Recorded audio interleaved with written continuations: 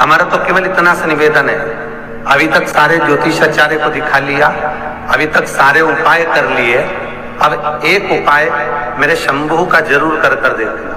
एक उपाय मेरे भोले बाबा का जरूर करना। कच्चा चावल जो होता है ना, इस चावल को पका लेना, ठीक है। और जिसकी भी राशि में मंगल हो महाराज, और विवाह नहीं हो रहा है, जैसे बच्ची 32 वर्ष की हो गई और कहीं का 35 साल का, कहीं का 40 साल का अगर हो भी गया है, तो एक प्रयास जरूर कर। मेरे शंभू पर विश्वास रखकर चावल को बिना नमक का पका ले, ठंडा कर ले, उसमें 21 बेलपत्र बेटी या बेटा जिसका विवाह करना है वो उसमें डाल दे। उस चावल को ठंडा कर बेलपत्र डालकर 5 शमी पत्र उसमें डाल दे, नाम और गोत्र, और उस चावल को ले जाकर किसी भी शंकर के मंदिर में शिवलिंग का श्रृंगार उस चावल से और बेलपत्री और शमी पत्र से कर दो। 7 लोटा पानी 7 भावर के लिए और अच्छे वर, अच्छा घर, अच्छी धर्म पत्नी, अच्छा पति प्राप्त करने के 7 लोटा पानी चढ़ा दो।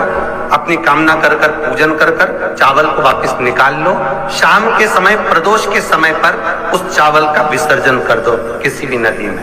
3 से 3.5 महीने लगेंगे जी, मंगल विवाह पक्का हो जाएगा। ना अंगूठी पिनाना है, ना नख पिनाना है, केवल शिव पर विश्वास। शिव महापुराण में कोई ऐसा उपाय नहीं लिखा वेद व्यास जी ने जिस उपाय में धन लगता।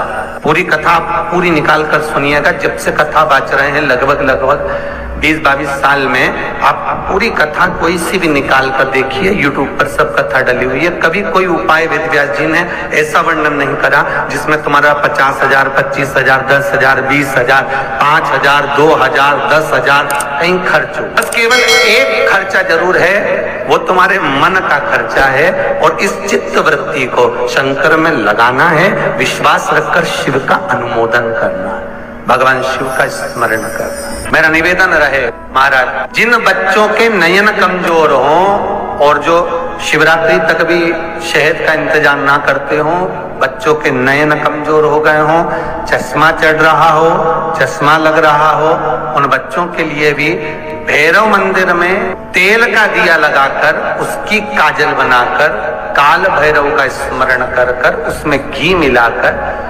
भैरव बाबा के नयन बिंदु को लगाकर वही काजल बच्चों की आंख में लगाना प्रारंभ कर दीजिए। नेत्र की रोशनी अपने आप बढ़ना प्रारंभ। काल भैरव का स्मरण। और डॉक्टर को जांच जरूर कराना हो, कहीं सीवर वाला हमारा झूठ तो नहीं बोल रही, इसलिए जाना जरूर चाहिए। एक बार जाके एक बार जांच जरूर कराओ कि भाई यहाँ के लिए बहुत कुछ करा, परिवार के लिए, कुटुंब के लिए, सबके लिए बहुत कुछ करा, पर आपको यश नहीं मिल रहा, तो बेलपत्री के पेड़ के नीचे हल्दी का शिवलिंग का निर्माण करो। हल्दी पिसी हुई हल्दी का शिवलिंग का निर्माण करो, उसका पूजन कर घी का दिया लगाकर भगवान शंकर की वही हल्दी का शिवलिंग का तिलक अपने हृदय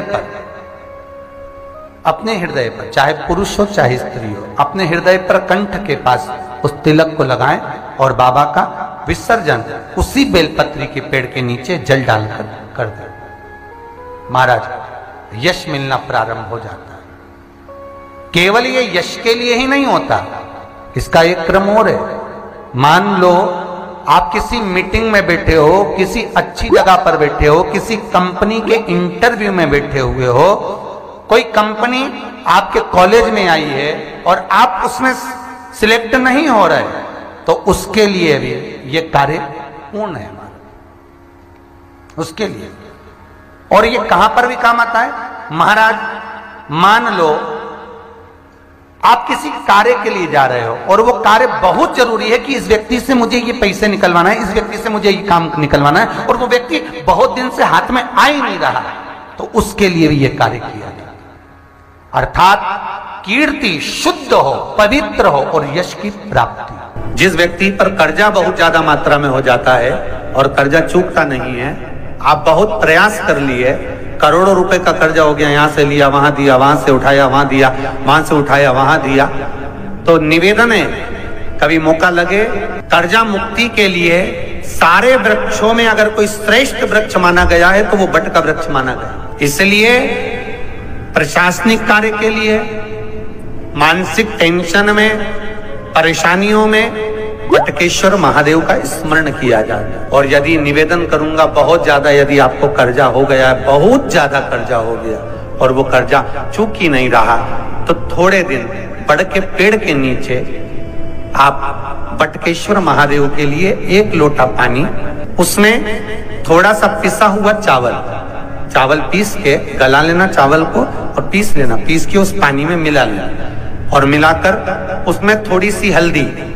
पिसी हुई डालकर बटकेश्वर महादेव के नाम से बड़ के पेड़ के नीचे अपनी कामना कर कर जो कर्जा हुआ है उस कर्जे का भान देते हुए, स्मरण देते हुए छोड़ दीजिए। महाराज वहीं से बड़ के पेड़ की थोड़ी सी जड़ उठा लाना और उस जड़ को एक कोई धागे में बांधकर या तो अपनी गले में डाल लो या अपनी जेब में पटक लो, उसको थोड़े दिन पटक कर रखना, लगभग 2 से 3 महीना पटक कर रखो। वो जड़ जैसे बड़ का पेड़ विस्तार होता है, पानी गिरे ना गिरे, जल वृष्टि हो ना हो, गर्मी पड़े ना पड़े, उसको कोई फर्क नहीं पड़ता, बड़ का वृक्ष आप रूप फैलता जाता, उसकी जड़ें अपने आप प्रबल होती है। उसी तरह ये बटकेश्वर महादेव कहीं से भी अगर जड़ आपके पास में रखी है 1 महीना 2 महीना 3 महीना तक, तो ये जड़ अपने आप लक्ष्मी को पकड़कर खींच कर लाती है और कर्जे से मुक्त कर देती है। बहुत सुंदर लिखा है महाराज। जिस व्यक्ति को ज्यादा क्रोध आता है, जो बच्चे ज्यादा चिड़चिड़ प्रवृत्ति करते हैं, क्रोध बहुत आता हो, कुछ सहन ही नहीं कर पाते, बोलने में भान नहीं रहता, कुछ भी कर देते हैं महाराज, उनके लिए स्कंद पुराण लिंग पुराण के अंतर्गत लिखा गया महाराज, जैसे 5 बेलपत्र की जो डंडी होती है, पीछे का भाग, ये जो भाग है पीछे का, 5 बेलपत्र की डंडियों को शंकर भगवान के दोनों चरणारविंद के, अर्थात जहां से जल बहता है अशोक सुंदरी का जो स्थान है उसके पीछे, मतलब जहां से जल गिर रहा हो बस आखिरी का सिरा, उस जगह पर इन 5 डंडियों को भगवान शिव के हाटकेश्वर महादेव का नाम ले। कौन से महादेव? हाटकेश्वर, अर्थात जो हटीले महादेव, हाटकेश्वर महादेव का नाम लेकर 5 डंडियों को उस जगह पर रख दीजिए और 1 लोटा पानी, जिस व्यक्ति को क्रोध आता हो, चिड़चिड़ वृत्ति होती हो, अपशब्द कहता हो, ताने देता हो, या बहुत क्रोध हो रहा हो, घर टूट रहा हो, घर में अशांति बहुत हो रही हो, उनका नाम लेकर शंकर भगवान पर जल समर्पित करें।